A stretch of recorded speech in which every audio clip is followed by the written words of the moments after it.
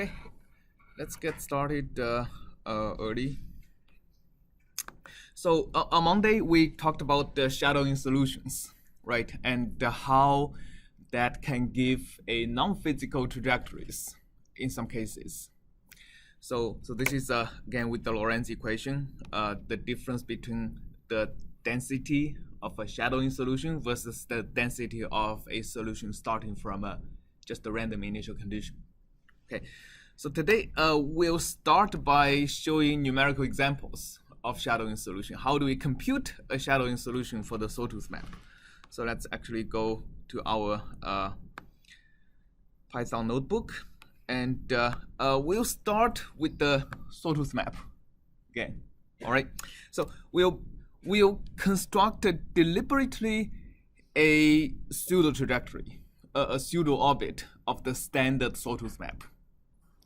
So we are constructing the pseudo orbit by slightly perturbing the sawtooth map a little bit. So let's see what the perturbation we're going to be using. So we are let's see. So we are first going to start a random number. Okay, and we'll start from the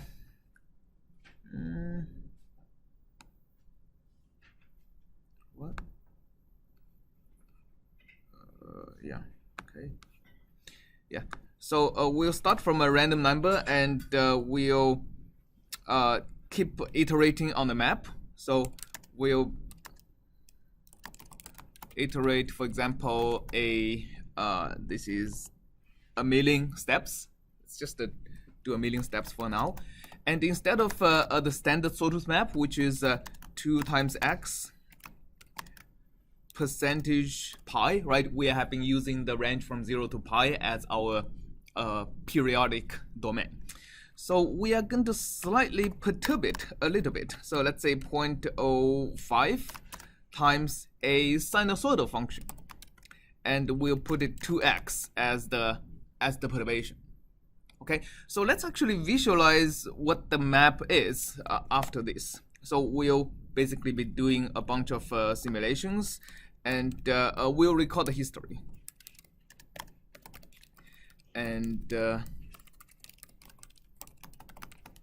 so after this, we are going to plot the iteration afterwards versus the iteration before. So we are going to be plot history. This is the x-axis. So the first n-1 iterations versus the next iteration, which is the last n-1 iterations. So this is just making the symbol small, and we'll see how this particular sinusoidal function is perturbing the sawtooth map. Well, it's not obvious here, so let's actually make the perturbation slightly larger, and you're going to see basically we are curving both sides of the map. On the left side a little bit upwards, on the right hand side a little bit downwards. So that's what the sinusoidal function is doing. Okay, and so that's let's make another figure, and we'll basically plot a histogram of the history, and let's give it 100 bins.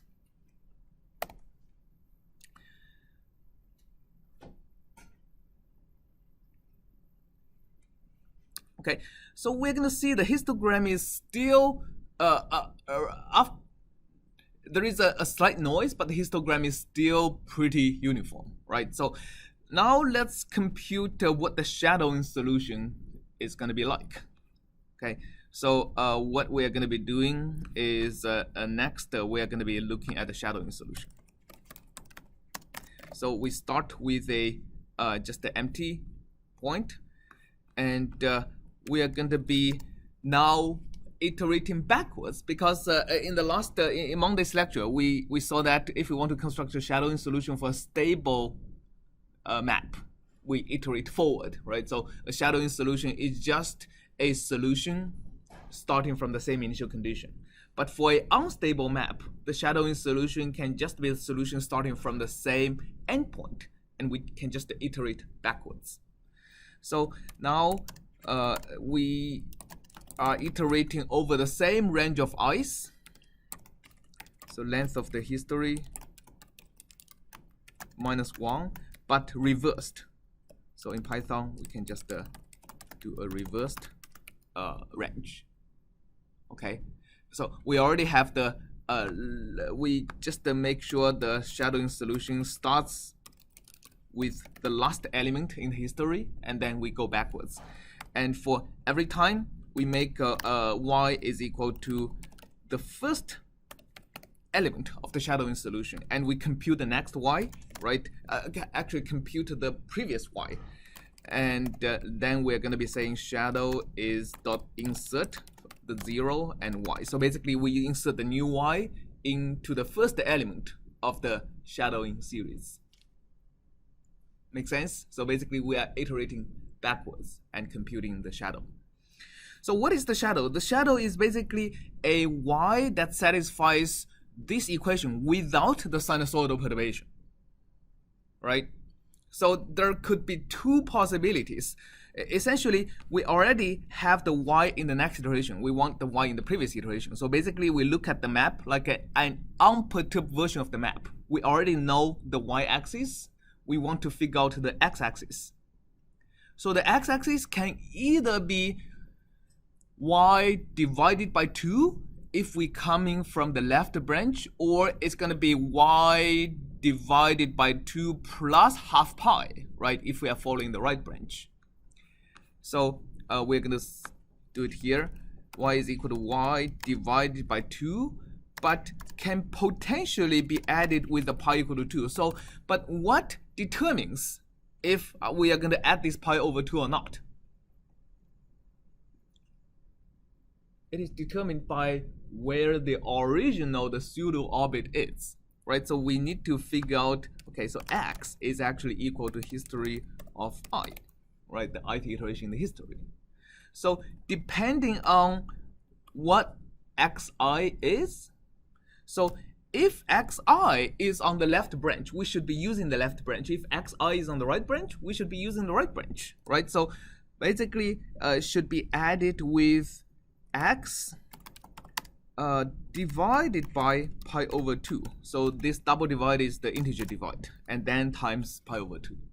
So this x divided by pi over 2, an integer divide, is determines should I follow the left or right branch.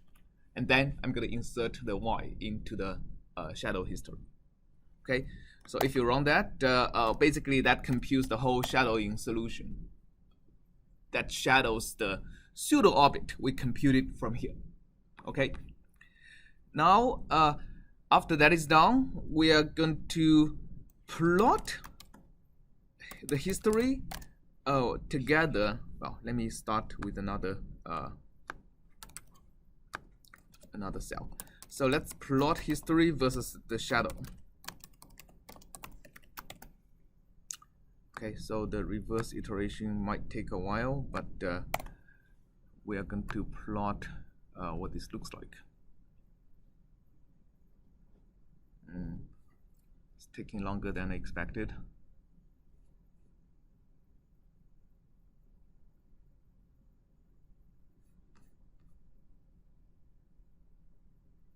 Okay, so it's the insertion that takes a while. So maybe instead of inserting every time, I'm going to stop it and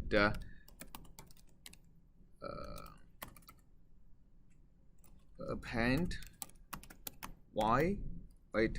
So this is the last one. So then afterwards, I'm going to reverse it.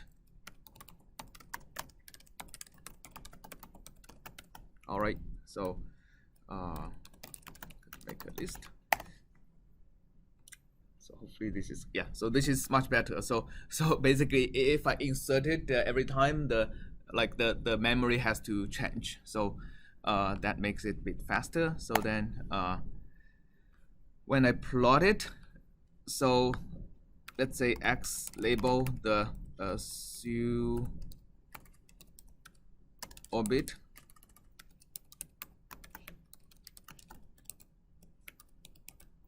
This is the shadowing true orbit. All right. Make sense? So the whole thing lies very close to a 45-degree line, right? Which means for the same index, the shadowing solution lies very close to the true solution. All right. So that's the real meaning of a shadowing solution, right? So the pseudo orbit doesn't exactly satisfy the original governing equation, right? We have a perturbation. And the pseudo orbit, because the previous y is either the next y divided by 2 or the next y divided by 2 plus half pi, that shadowing solution satisfies exactly the unperturbed sawtooth map, right? And if you look at the same index, they stay together all the time, right? So the fact that this plot lies along the 45-degree line means it is a shadowing solution, right? Okay, but now let's look at an interesting thing. Let's make another figure and plot a histogram of the shadowing solution. Let's also make 100 bins. Look at what the histogram would look like. So this is the histogram of the shadowing solution, right? As opposed to, so remember, like the shadowing solution actually exactly satisfies the original sawtooth map. And the sawtooth map has a physical equilibrium distribution of what? Uniform distribution, right? We proved that the derivative of the density distribution is exactly 0, right? But instead of getting a physical solution whose like the long time distribution is uniform, we get a fractal distribution like that. So this is a good counterexample of how the shadowing solution is going to get us a non-physical solution. All right. So in your homework, you are going to be asked to do the same thing, but for a slightly different map than the sawtooth map. Yes? Is there like a specific structure within that fractal? Is that fractal structure actually defined by something specifically? This fractal structure might be defined by something specifically, but I don't know, right? So for the perturbation we discussed on Monday, we have an analytical structure of the fractal that we can figure out. But for this map, because of the sinusoidal perturbation, I think you might still be able to derive it, but I didn't do it. So I actually don't know if there is an analytical expression of this fractal structure. Could be interesting to figure out. Yeah, good question. Any other questions?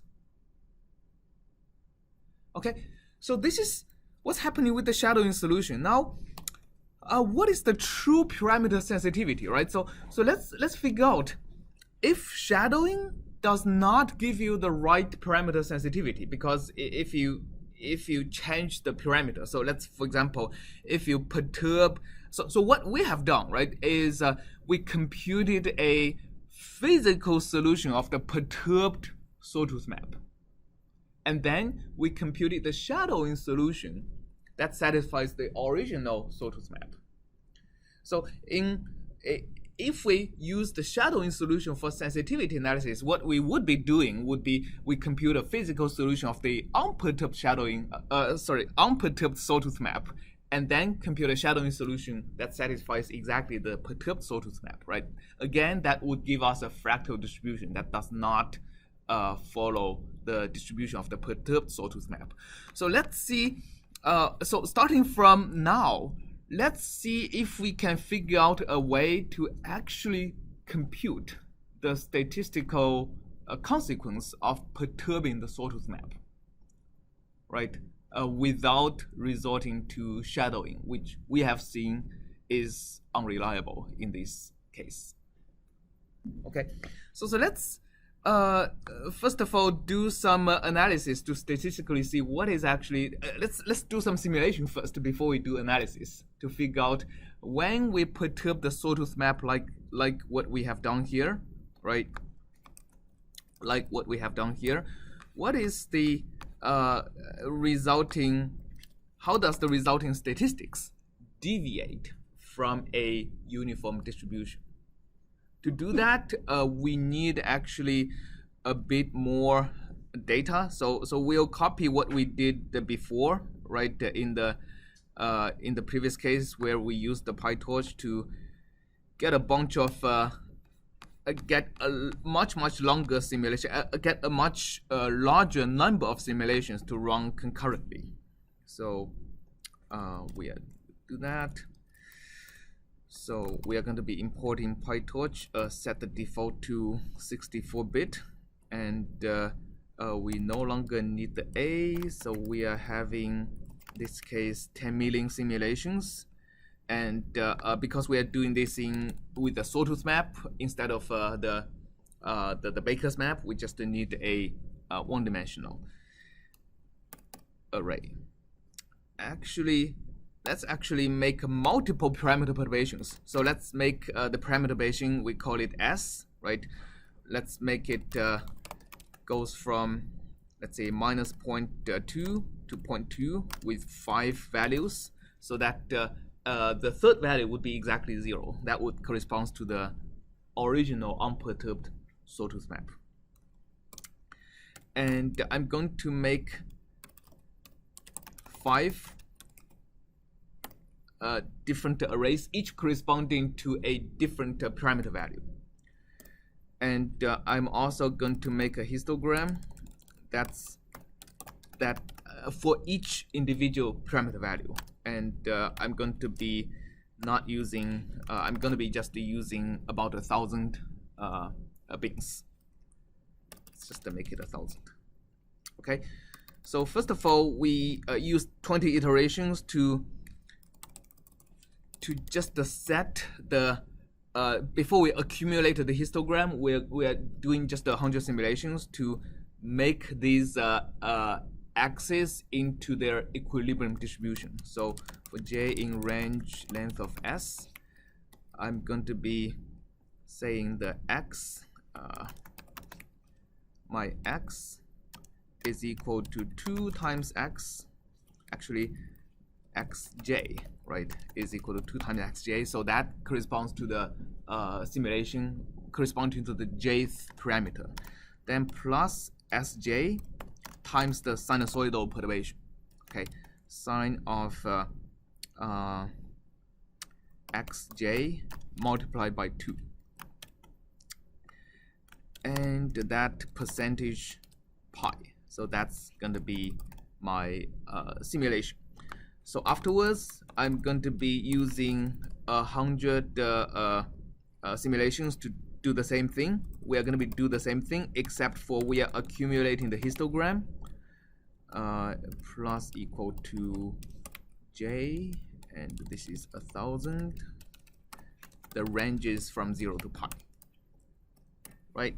Any questions regarding to this code about what we are doing here?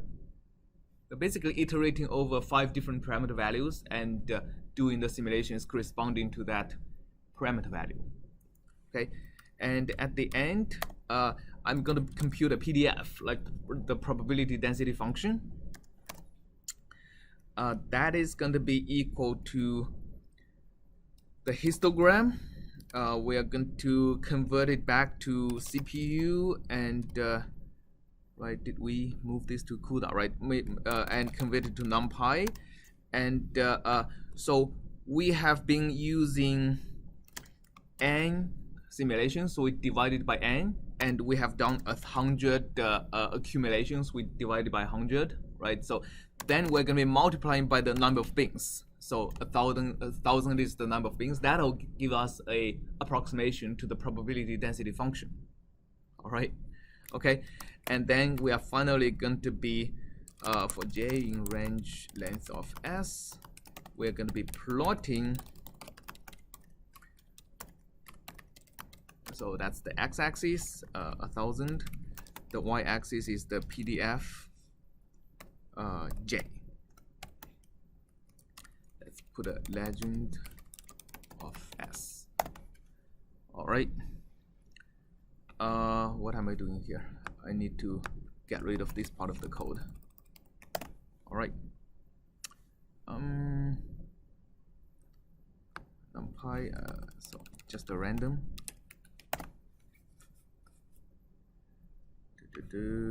What's wrong?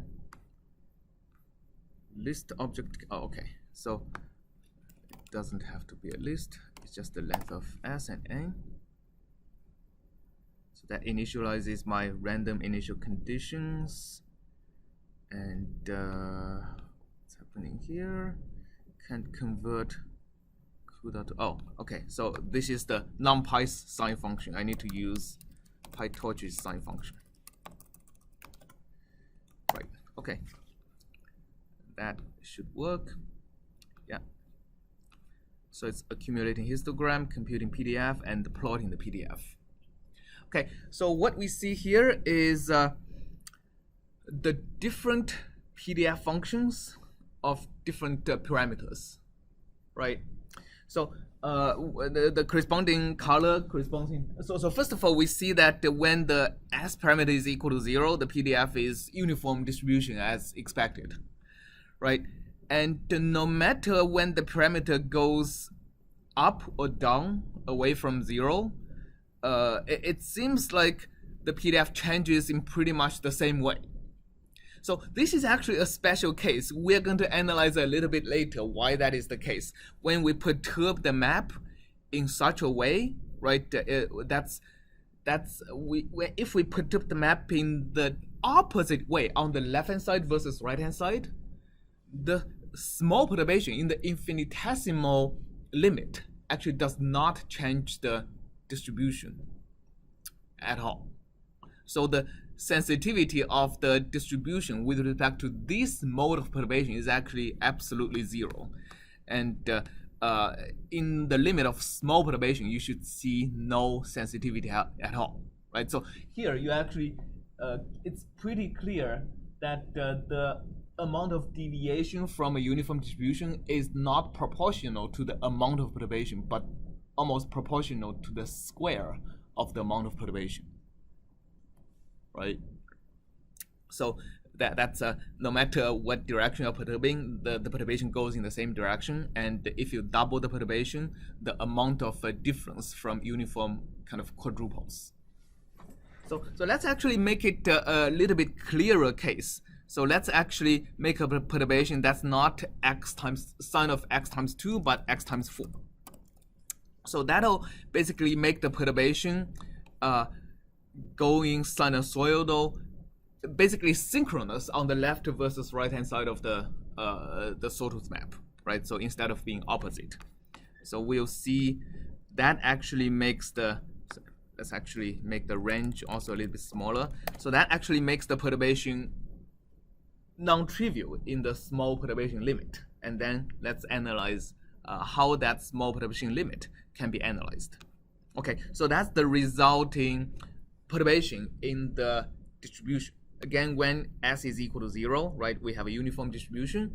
And in this case, when the S parameter goes negative, we see a decrease in the PDF near the center of the domain and the increase in the density on the two ends of the domain. While the parameter goes positive, we see the opposite trend, right? An increase in the middle of the domain and a decrease on the two sides of the domain. All right, make sense? So we know that we cannot compute this kind of sensitivity using shadowing, because when we do shadowing, we actually get a derivative. We get a distribution that is not continuous but fractal, right?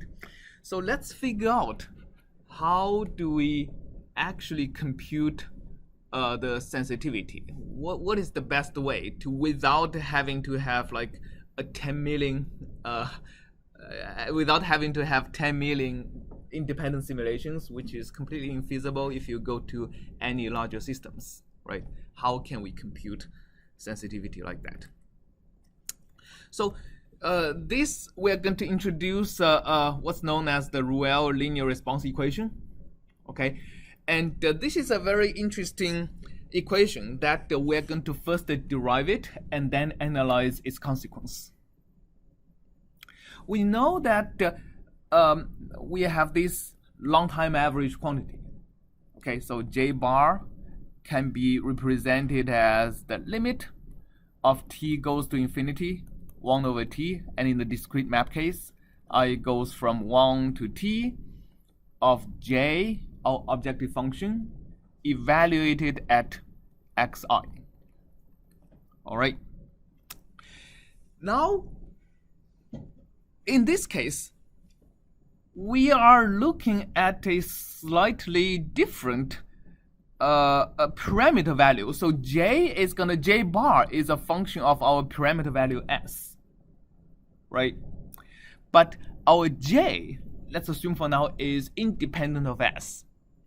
So what is changing as a function of s is actually the xi, right? Okay. The problem with this formulation is that we know when we take the derivative, when we're looking at the limit of a tiny perturbation, we cannot interchange the derivative with the limit, as we have looked at before, right? Even in the periodic case, we cannot exchange the limit. And in the chaotic case, the exchanging of the limit is going to be even more catastrophic. So this is because if you take the derivative of the finite time average, right? So the derivative of the finite time average is going to be xi as a function of s is going to be 1 over t summation of dj dx times dxi ds, right? So what is dxi ds?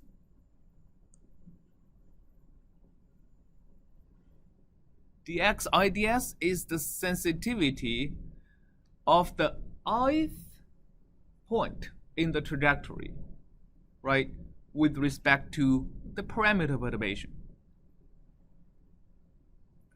And if our dynamics is chaotic, right, assuming we are starting from the same initial condition, then this derivative is going to be exponentially large as I increases. So basically we are summing over a series that actually grows exponentially larger and larger. It does not have any limit as t goes to infinity at all, right? We can actually pretty easily simulate that. So if we are just doing an individual sensitivity analysis, we can copy our original code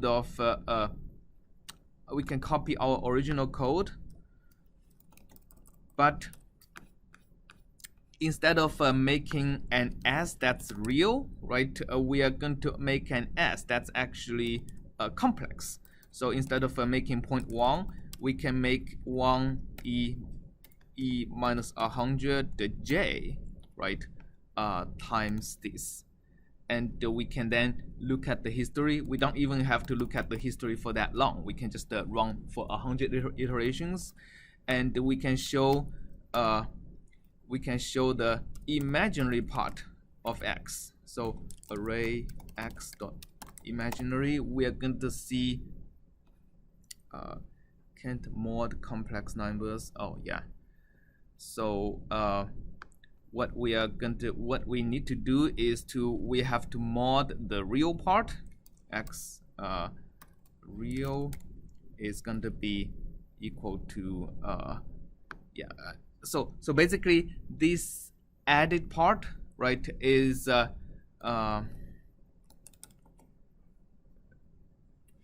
we are going to be looking at the real part of this mod, and the imaginary part is just equal to, is not subject to the mod, right? It just is equal to the imaginary part of this.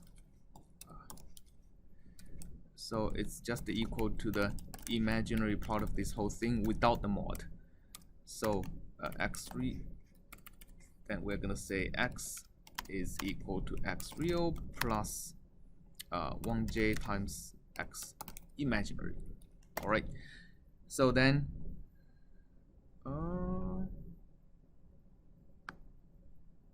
history, oh yeah, okay, so we are going to array history.imaginary. So what we are going to see is actually an exponential increase, right? So if we just see my log y, this, we're going to see how the imaginary part, which is the perturbation, right, just increases, just doubles every iteration. So essentially what we are looking at here is if we just use this formula, we are seeing basically we cannot take the derivative into the limit, because then the limit actually does not exist, right, if you take the derivative inside. So fortunately for us, there is an alternative representation for J bar because of ergodicity. So J bar can be also represented as an integral over an ergodic measure. So J of x times d rho x. In this case, we are integrating from 0 to pi, right? And in this case, what actually depends on s is not j again, and it's not x, because x is now an independent variable in the integration, right? But what is now dependent on s is the density, is the equilibrium density itself. All right, make sense? So what is so in this case, right, so we know that J bar depends on the parameter s. In the previous equation, right, xi is not an independent variable, right? Okay, so when s changes, xi changes. But in this equality, the x is actually just the integrand. I mean, it's just the index for integration, which of course does not change with s, right? When s is equal to 0, x goes from 0 to pi. When s is equal to 0.1, x still goes from 0 to pi. So what is changing, what depends on s, is the equilibrium density itself. That's what I was saying, right? In particular, what we saw here is that when s is equal to 0, the equilibrium density is uniform. When s changes from 0, the equilibrium density actually deviates from the uniform distribution, right? Okay, so that's what's now dependent on s. And in particular, what is the equilibrium density?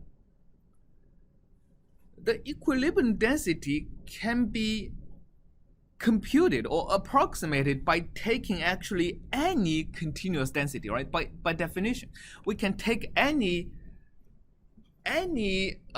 distribution with a finite continuous PDF and evolve with the dynamics for many iterations, and then we should get that equilibrium distribution.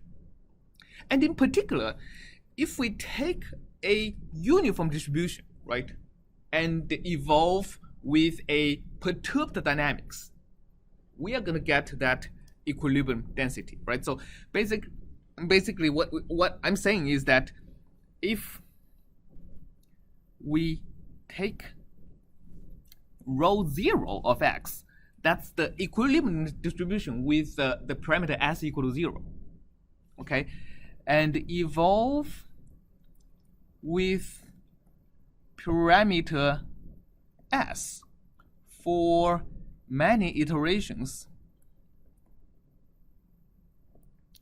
we should get rho s, right? Okay, what does that mean is that if we, instead of looking at j, right, so instead of looking at the j evaluated at x, what if we look at the j evaluated at, let's say the map is phi, right? If evaluated at phi with the parameter s iterated over I iterations, we should get the same objective function. So let's pause a little bit and think about what that means. So what that means is that we are going to be sampling again on the equilibrium distribution, right?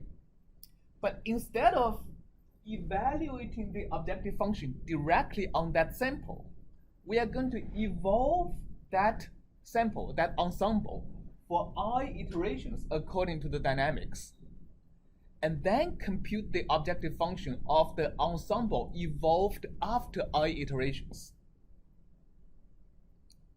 Right, make sense? And why is the objective function still the same? Because, well, if I take an equilibrium distribution and evolve it for I iterations, I should have exactly the same distribution, right? Because it's in equilibrium. All right? Okay? Not only that, also, if I take, when I goes to infinity, if I take many iterations, then I actually don't even have to start with the equilibrium distribution. I can actually start with any distribution.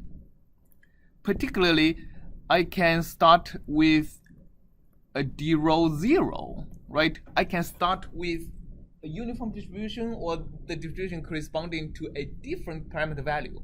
I evolve for I iterations of that ensemble, which might have a different distribution as the equilibrium distribution of for that S parameter value.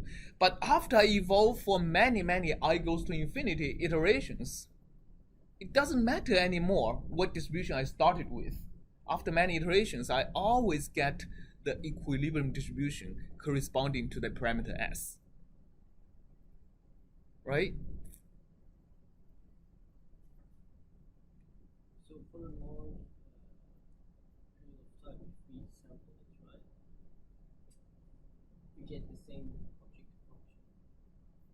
Yeah, so if we take any ensemble, okay, we evolve it for many times according to the dynamics, and we compute the average objective function among that evolved ensemble, we should always get the same objective function, no matter what the initial distribution is. It's basically ergodicity, exactly. Yes. So that's basically the homework you did before the spring break, right? You take an ensemble, evolve for many times, it doesn't matter anymore. So the phi here means that any perturbed solution, right? It could be exact or perturbed one, but the answer, the object function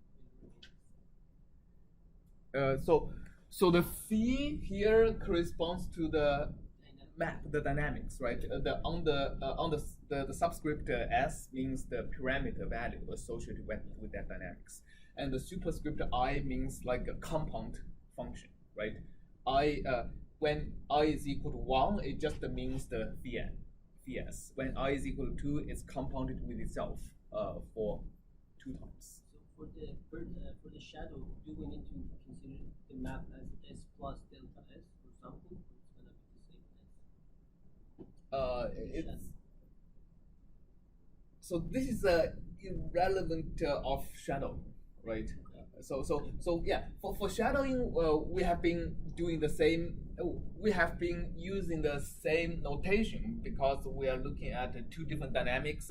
One dynamics uses a slightly perturbed parameter value to get me a pseudo orbit, but this is a different. We're using the same notation though, right? Basically, a slightly different S would get me a slightly perturbed dynamical system. And here I'm looking at how the equilibrium distribution would become different after a small change in the parameter value, right? And ultimately, we are going to see how that small change in parameter value is going to affect the statistics of the system, right? Which is what we are interested in. Okay, so now the question is the following. Okay, so if No, because I have no idea. It is very difficult to compute how the parameter perturbation actually changes the equilibrium distribution rho, right? So the second formula, which doesn't require me to understand how the parameter perturbation changes the rho s, is actually much easier to transform into a computational algorithm than the first formula, right? But now the problem is there is still a limit of I goes to infinity over here. Now the question is, would I suffer from the same problem as the time average formula, in which I cannot take the derivative into the limit, right? In other sense, if I does take the derivative into the limit, would I get a diverging series, right? Would I get a divergence as I goes to infinity or not? Fortunately, the answer is no. Okay, we can actually look at it in a very interesting way. So let's actually look at the perturbation as a result of a parameter perturbation. So let's say j bar of s minus j bar of 0. What does it mean in this context? So so basically the question is, can we approximate it with a large I, right? Integration from 0 to pi j of phi I s x d rho 0x with a large pi.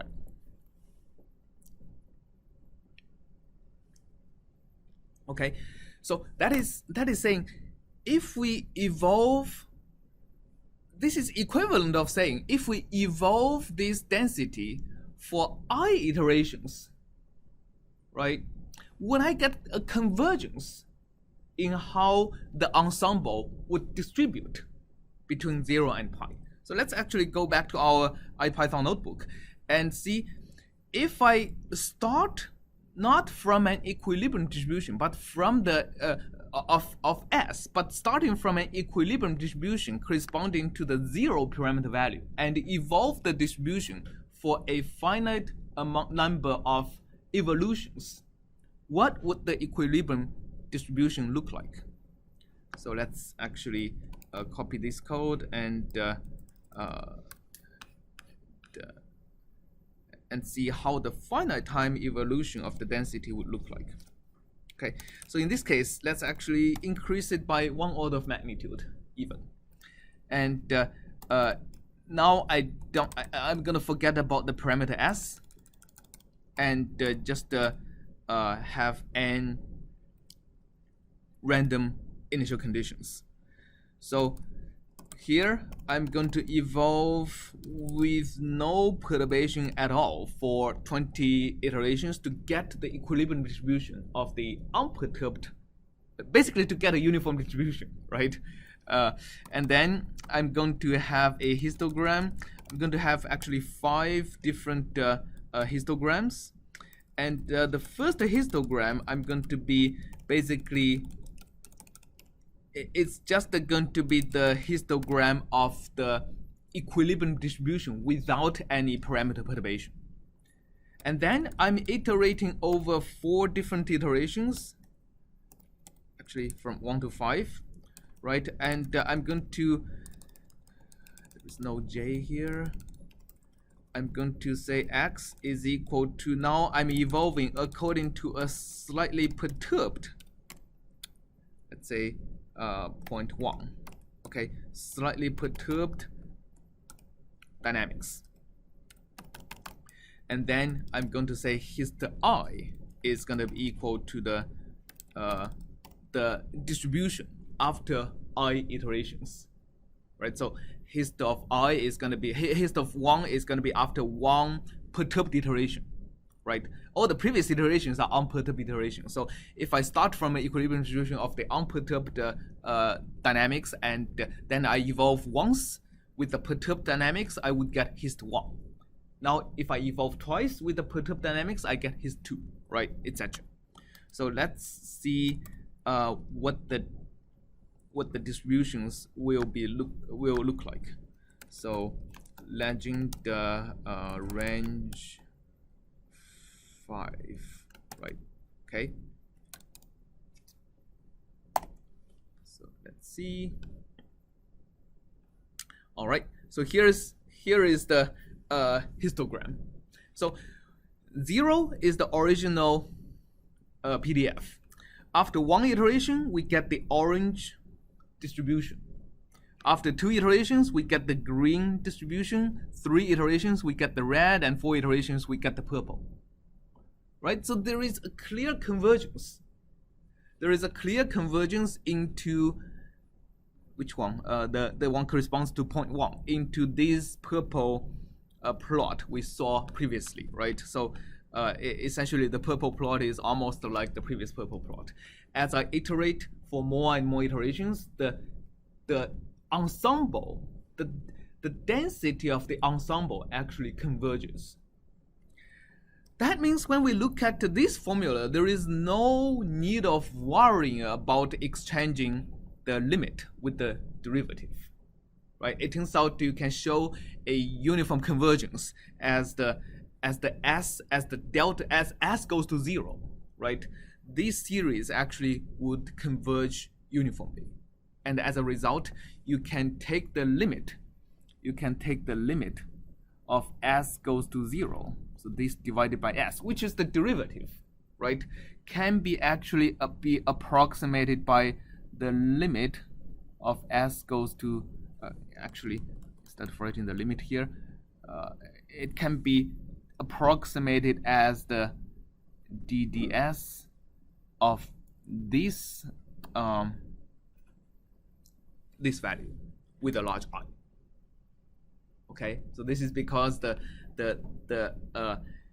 distribution actually converges pretty fast.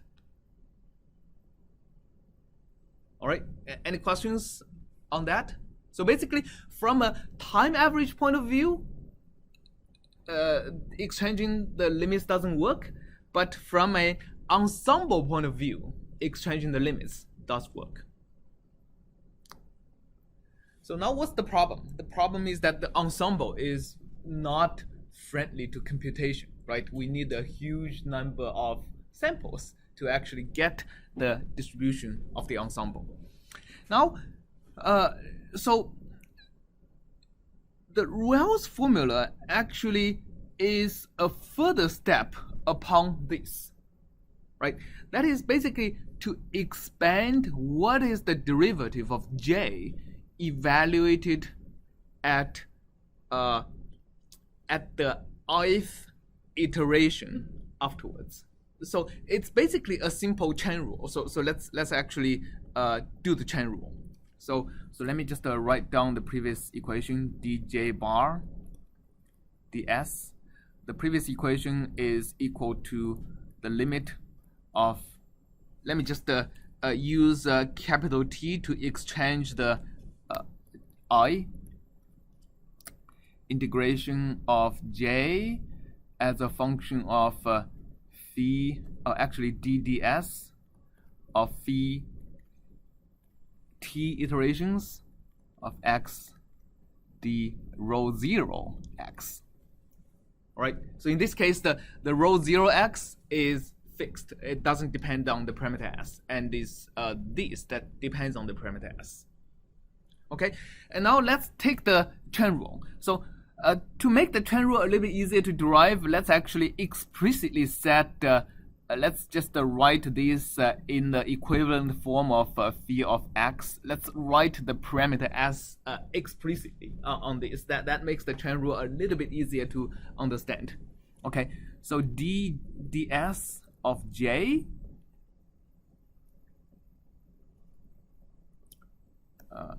is actually equal to the derivative of j, right, times dds of phi st x, right?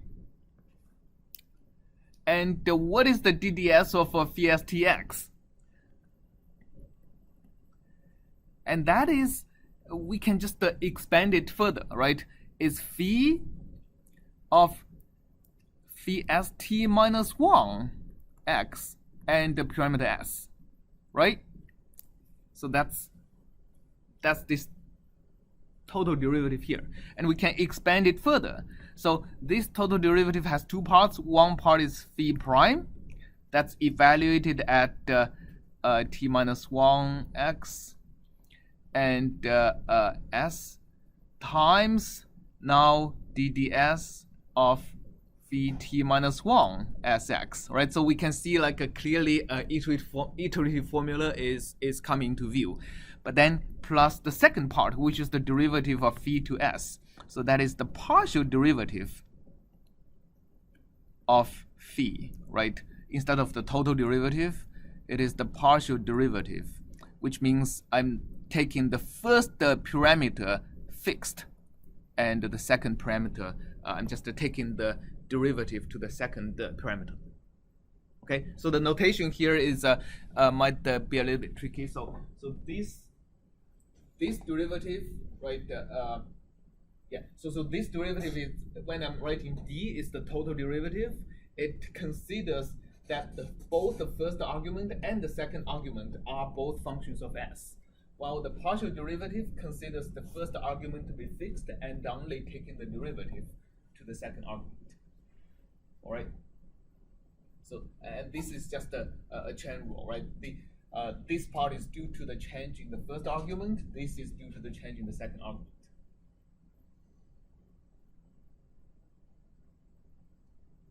Okay.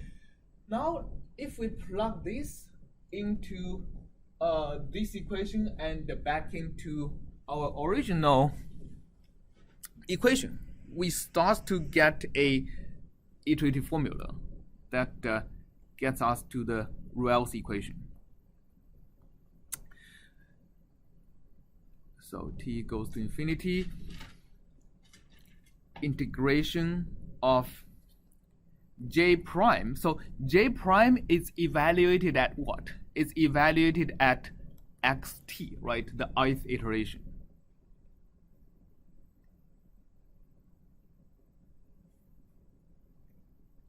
Okay, and times this, which has two terms. One term is phi prime at the t minus 1th iteration, s times dds phi t minus 1 x. The second term is the partial derivative evaluated at, again, t minus 1 x d rho 0 x. Okay, once you have written down the derivative, okay, the derivative is actually at s equal to 0, right? So basically you can, whenever the phi prime of s appears, you can essentially just write as, we can basically ignore the subscript. So this is basically taking the derivative at s equal to 0. So whenever you see phi or s appears, it's basically when s is equal to 0. Okay, agreed? Okay, so here we basically see two parts, and we are going to, the first part we can see has been iterated to t minus 1, and we can further expand, right? So essentially we are going to get, as t goes to infinity, we are going to get some infinite series. So let's actually first focus on the second part. And what's important about the second part? So the first part, so that's a, we have got to t minus 1. Second part is integration of phi prime at phi tx times the partial derivative of phi at phi t minus 1 x, right? d rho x. What's important is that this thing, the integrand, is a function of phi t minus 1 x, because the first part, phi t of x, can simply be written as phi evaluated at phi t minus 1x, right? And again, we have said that when we evolve this density rho for however many times, the density does not change. Which means when we evolve it for t minus 1 times, it doesn't change. So this is actually equal to the same thing, but the d rho of phi t minus 1x, right? Or we can just write it down here, phi evaluated at phi t minus 1x, and this is d phi ds evaluated at phi t minus 1x. So here that leads to a natural change of variable. Why don't we just call this x, right? Because x is an independent variable in the integration anyway. So this is actually just equal to phi prime at evaluated at phi x, d rho ds evaluated at x, and d rho at x, right? So this is actually the first term in the Rails formula. The second term, etc., comes from iteration from here, right? Again, if you expand it and do the same trick, but with t minus 2, you're gonna get the second term. So this is and the second term, what you get is the second term you get is gonna be j prime at phi square of x times we have this.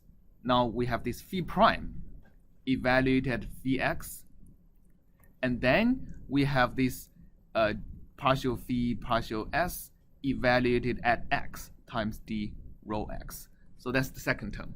And the third term is you're going to be getting, for all the later terms, you're going to get a j prime of phi kx, right, times a series of phi primes evaluated at phi k minus 1x, phi prime at phi k minus 2x, etc., all the way to phi prime at phi x, and d phi ds at x, and d rho x. So essentially you get a series of expanded derivatives that all of them comes from the derivative of this compound function, right? So Rails formula is basically taking a chain rule on a long compound function, that is the objective function evaluated at a future iteration. Okay, so this is really the basic point of a lot of the subsequent development of statistical sensitivity analysis. So that is computational methods for looking at how does the statistics or equilibrium distribution of a chaotic system respond to a small change in the parameter. So you don't have to follow all the derivatives, but you can essentially understand it as all these infinite series is taking the derivative of a future objective. All right. Okay. Any questions? All right. Okay. So the first thing that the Rails equation leads us to is what's known as the ensemble sensitivity method. So that is essentially taking that limit and approximate this integral, right? So remember, this integral is an integral over the equilibrium distribution. And any integral over an equilibrium distribution can be approximated, again, using ergodicity as either a time series, right, or an average over many independent simulations. So that is the idea of the ensemble sensitivity method. That is essentially just to take the result of Rails formula and use a Monte Carlo method to approximate the integral over over the equilibrium distribution. So its implementation is actually quite straightforward. So what we are essentially doing in an ensemble sensitivity method is to perform an individual sensitivity method, right? But over actually finite t. So we are in ensemble sensitivity method. We cannot afford to take t goes to infinity, because the individual terms. So let me go back. So there are two limits, right? So j bar, dj bar ds is approximated as t goes to infinity of an integral, right, over d rho 0s. Okay, and that can be further approximated by 1 over n summation of different samples of that integrand. All right. And remember that integrand by itself is also going to be a summation over I goes from 1 to t, right? So there are many terms that comes out of the chain rule. So here, let me just say k equal to 1 to n. So this is the samples.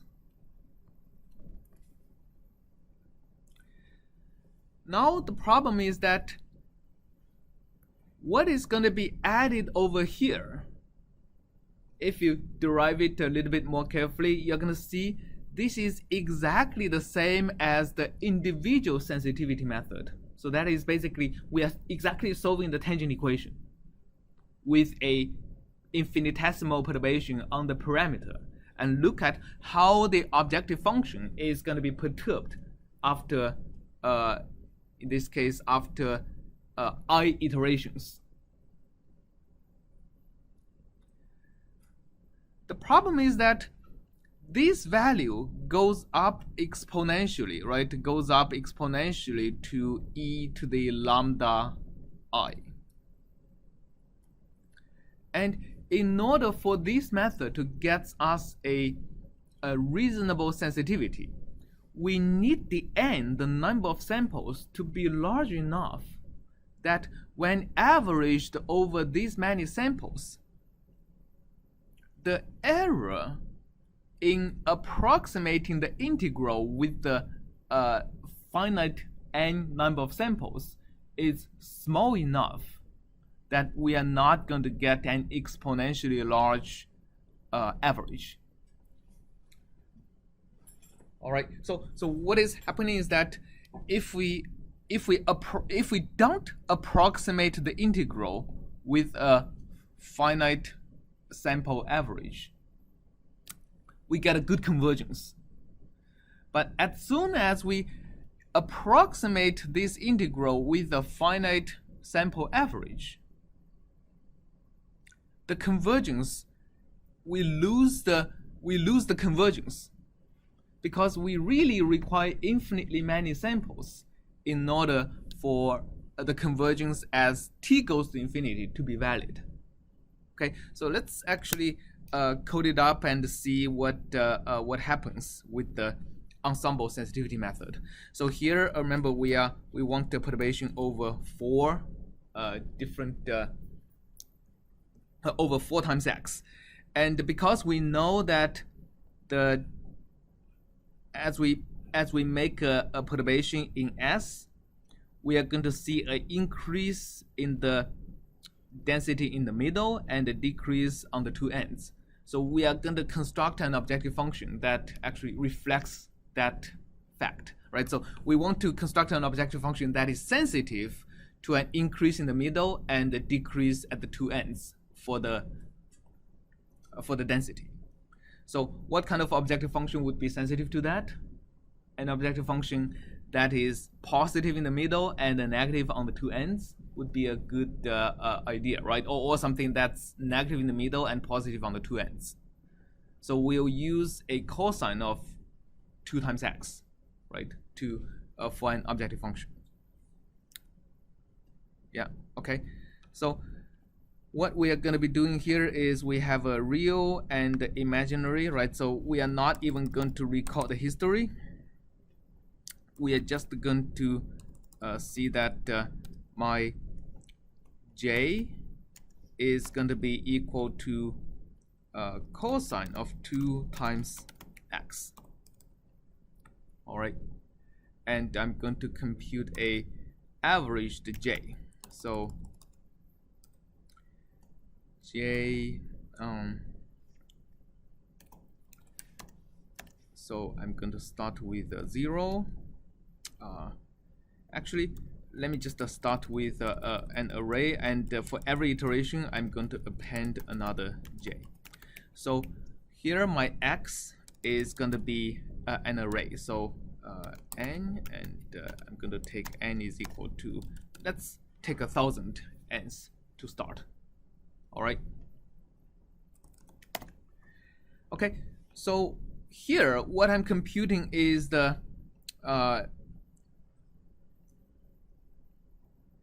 dot append cosine 2x dot mean. So I'm averaging over the ensemble of n different simulations, right?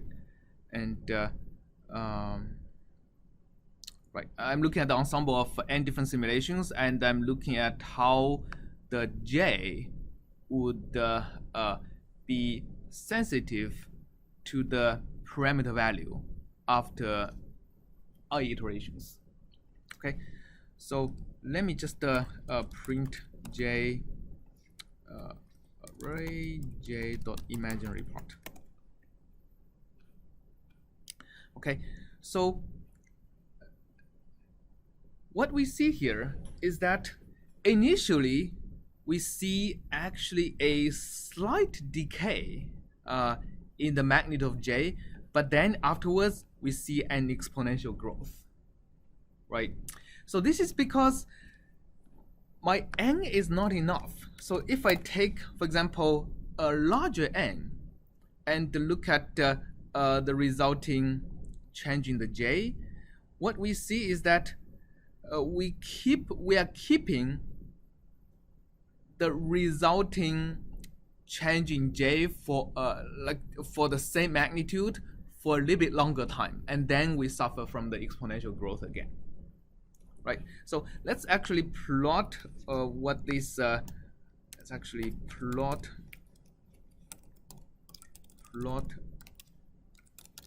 the array j imaginary, and let's actually divide by 1 to minus 100, and let's actually limit it to from minus 10 to 10, and look at how the solution is changing.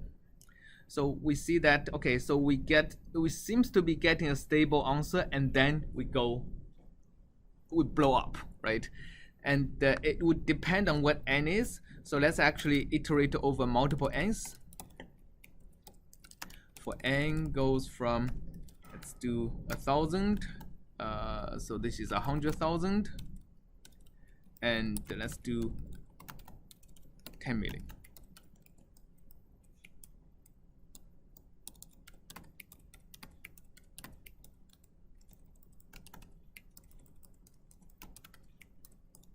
Okay.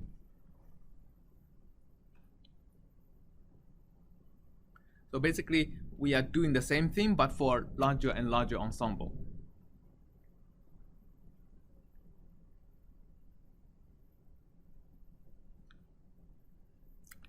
Maybe it's not worth doing 100 iterations, because it's actually, we are going to see the blow up is going to be happening relatively quickly.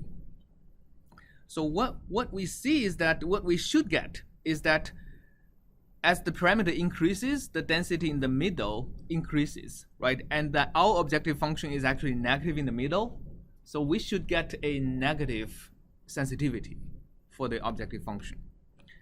And this is actually reflected pretty accurately over here, right? So if we started, actually, let me just make a legend.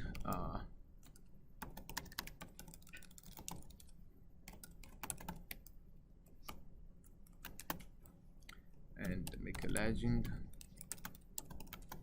And it turns out the 10 might not be enough to show that the final one also would diverge.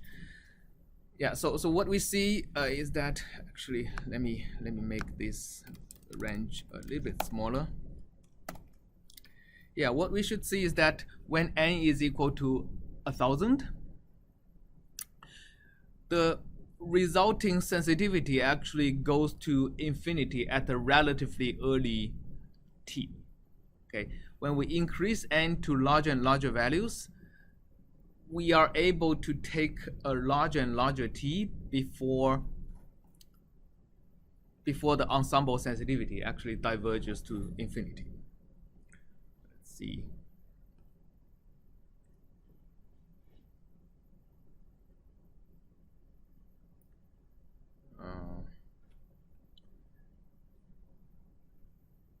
We should have used PyTorch, which is going to make it a bit faster. All right.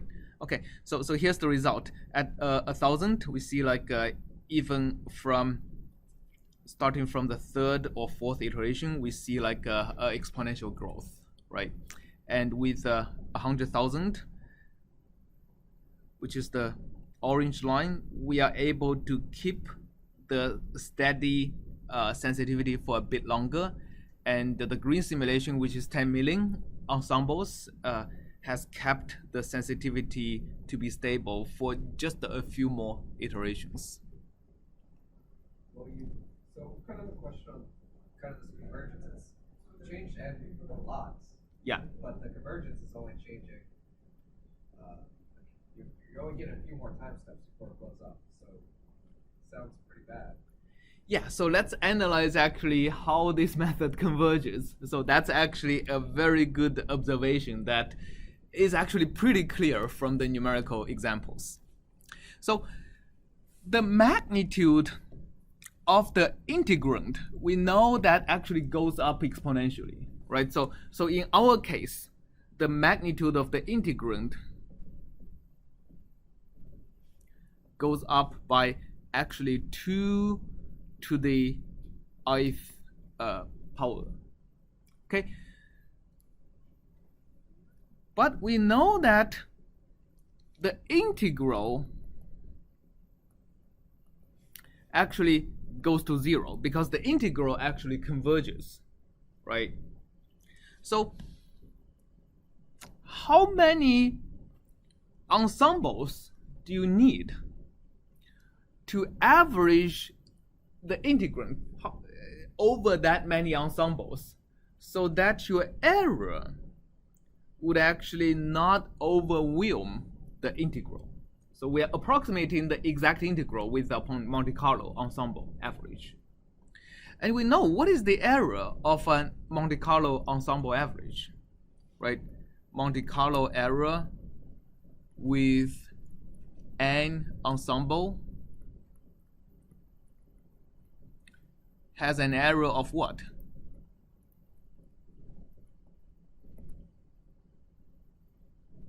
What is the standard error of a Monte Carlo approximation?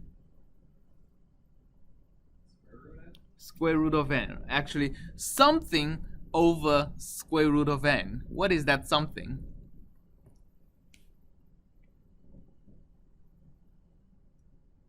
It's actually the standard deviation of the integrand itself, right?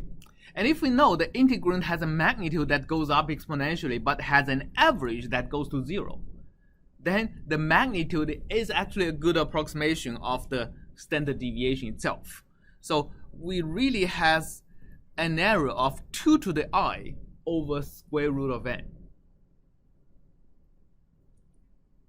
So what does that mean for the implication to n if you want to, not even saying the error to be smaller and smaller, but let's say if you just want to keep the error to be order 1, right? So for order 1 error, how many n do you need?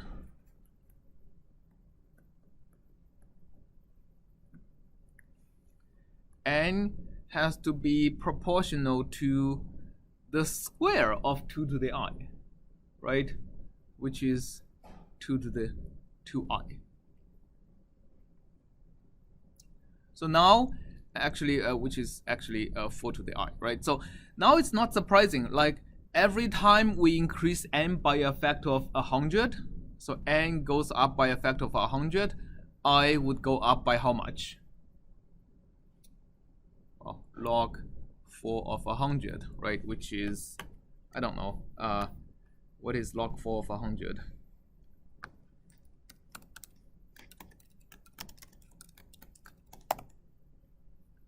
Three.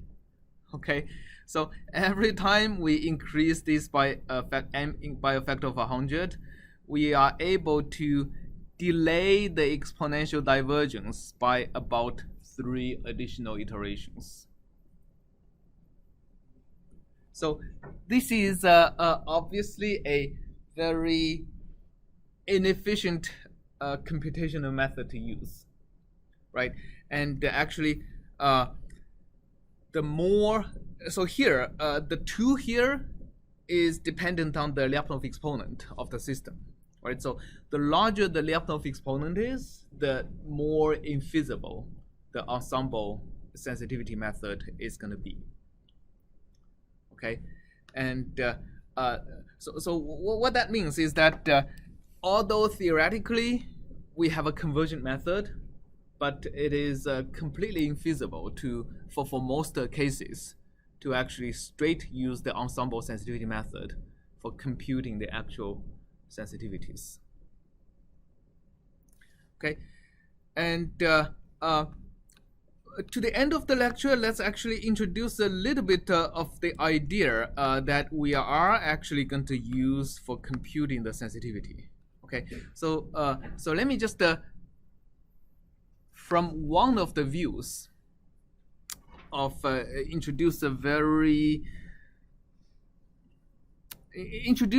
really the way, the approach of how we are thinking about the idea. So there are multiple ways of thinking about how do we perform sensitivity analysis to the unstable direction. One of the ways is really just following the evolution of the density. So let's imagine we have the sawtooth map. And let's imagine we perturb the sawtooth map by some perturbation. Okay, so the density, so let's say this is y, this is x. And the question is, how does the density of y change due to a small perturbation of the parameter, right? So let's say our phi from phi 0 of x is going to be perturbed into this phi epsilon of x, a very tiny perturbation. And imagine we have the fixed phi x, and later we're going to consider a perturbed phi x. How would the resulting phi rho of y be perturbed from rho 0 of y to rho epsilon of y? Okay, we are going to look at two things. So if we just focus on the same y point, okay, on the unperturbed map, the density of that y, right, is really how many points is mapped into this region, right? Of course, you also have the right branch. So let's consider one of the branch. That depends on how many points are within this region, right? So the rho of y actually depends on rho of x at the pre-image of y, which is the x that maps onto that y. Okay.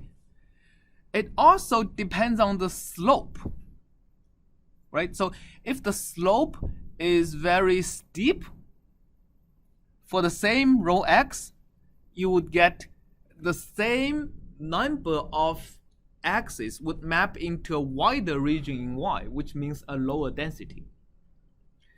If the slope is very shallow, on the other hand, the same mass of x is going to map into a narrower region in y, which is going to lead to a larger density.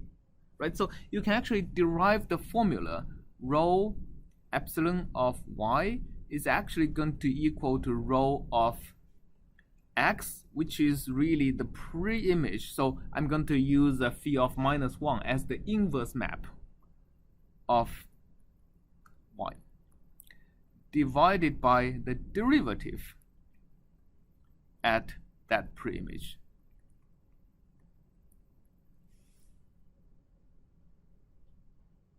Right? Okay, so now when you consider how does a perturbation change this density? Well, it's just a change in the numerator and a change in the denominator, right? A change in the numerator basically corresponds to the resulting change in the pre-image. So if you perturb the map from the green to the red, the pre-image has shifted from this point to this point.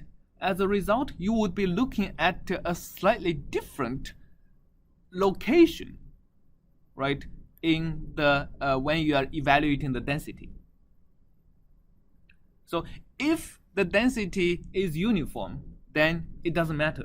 But if the density is not uniform, then looking at the density in the numerator between here and here does matter, right? So that's actually going to give us a term that's dependent on the derivative of the density with respect to physical space or the phase space.